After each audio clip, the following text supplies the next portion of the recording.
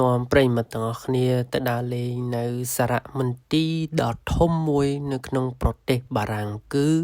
សារមន្ទីរ Musée de Louvre បាទ Musée de Louvre នេះដែលគេស្គាល់ជាទូទៅតែម្ដងគឺនិមិត្តសញ្ញាបែបពីរ៉ាមីតបាទដោយសារតែខាងលើគឺគេធ្វើ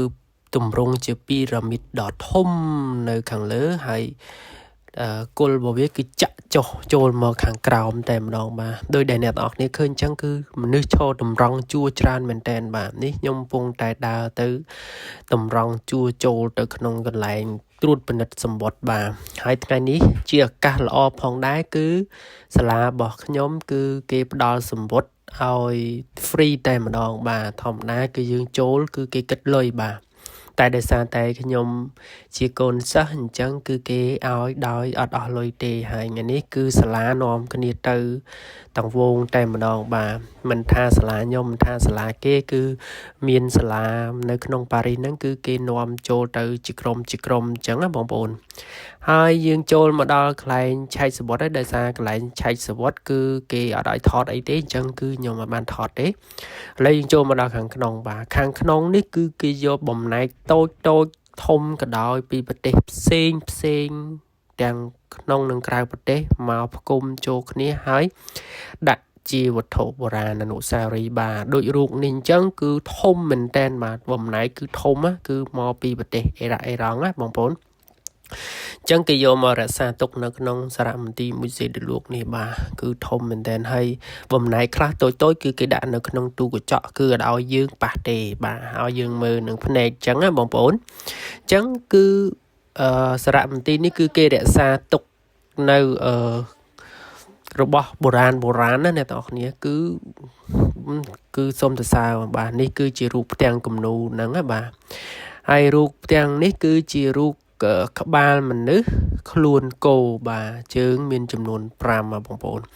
អានេះយើងមើលទៅដូចប្រាសាទអង្គរវត្តយើងខ្មែរដែរគឺគេធ្វើចម្លាក់ជារូបគំនូរបែបថ្មតែម្ដងស្តៀងទៅនឹងលក្ខណៈបែបបុរាណបែបនៅអង្គរវត្តយើងប៉ុន្តែនេះការប្រៀបធៀបនេះគឺដោយសារតែគេនៅក្នុងប្រទេសផ្សេងគឺ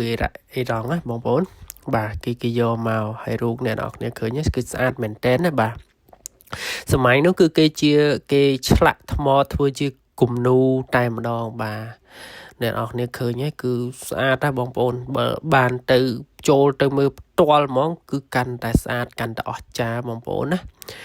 ហើយនេះគឺជាថ្មមួយដុំដែលគេធ្វើជាច្បាប់ជាក្បួននៅគេថាច្បាប់ក្បួន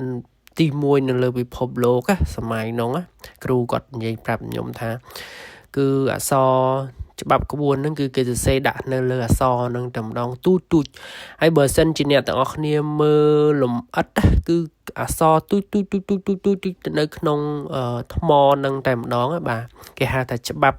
ទី1នៅលើពិភពលោកយើងហ្នឹងដែលគេសរសេរដាក់នៅក្នុងថ្មហ្នឹងតែម្ដងបងប្អូនណានេះគឺអក្សរទូចតែម្ដងបាទហ្នឹងហើយរូបមនុស្សពីរហ្នឹងគឺតំណាងឲ្យច្បាប់នឹងស្ដេចសម័យនោះអញ្ចឹងណាបងប្អូនហើយគ្រូកំពុងតែបញ្យល់ប្រាប់ខ្ញុំថាអក្សរអីច្បាប់អីតំណាងឲ្យអីខ្លះអញ្ចឹងណាបងប្អូនតែតើយើងចេះភាសាបារាំងទើបមិនយើងអាចយល់ហើយបើសិនអ្នកខ្លះចេះភាសាអង់គ្លេសក៏យើងមើលទៅឆាប់យល់ដែរបាទហើយនេះកន្លែងនេះគឺរូបមួយហ្នឹងគឺគេសិតតែឲ្យយើងដាក់ឲ្យយើងមើលបាទហ្នឹងហើយដាក់ឲ្យយើងមើលរូបខ្លះគឺគេអត់ឲ្យប៉ះទេបងប្អូនគឺដាក់សាទូកញ្ចក់តែម្ដងបាទហើយយើងចូលមកផ្នែកសាលខាងនេះគឺរូបចម្លាក់បាទរូបចម្លាក់ផ្សេងមានមនុស្សមានត្រជាក់មានក្តៅមានអីចឹងគេធ្វើជារូបមនុស្សហ៎បងប្អូនរូបមនុស្សផងសត្វផងនិយាយទៅបើអ្នកចូលចិត្តបុរាណវិទ្យាណាបាទអ្នកបុរាណវិទូអីគឺអែហ្មងបងប្អូនមកទីនេះគឺអត់ខុសទេបងប្អូនគឺបែបបុរាណសម័យកាលផ្សេងហ្នឹងគេយកមកដាក់តែម្ដងបាទហើយបងប្អូនឃើញកូនសិស្សអង្គុយមើលអីហ្នឹងគឺគ្រូគេបរៀនគេប្រាប់គេបង្ហាញអញ្ចឹងណាបងប្អូន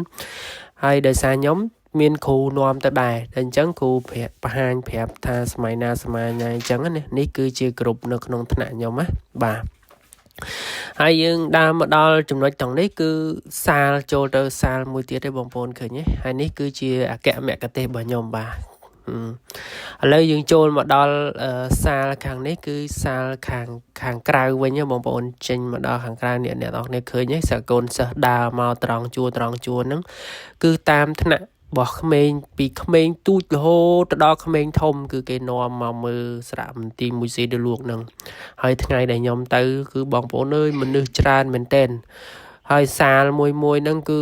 សម្បូរទៅដោយមនុស្សបាទហើយនេះគឺជាខាងក្រោមនៃពីរ៉ាមីតកញ្ចក់នៅខាងលើជាកញ្ចក់នៅខាងក្រោមហ្នឹងគឺគេធ្វើជាកញ្ចក់ដែរប៉ុន្តែចុងស្រួចដូចជាពេជ្រអញ្ចឹងបងប្អូនណាហើយមនុស្សច្រើនណាស់បងប្អូនអើយនៅក្នុងលួហ្នឹងហើយបើនៅខាងក្រៅវិញបងប្អូនមនុស្សឈរចាំច្រើនមែនតើបាទអញ្ចឹងវីដេអូហ្នឹងគឺមកដល់ទីបញ្ចប់ហើយអរគុណអ្នកនរគ្នាដែលបាន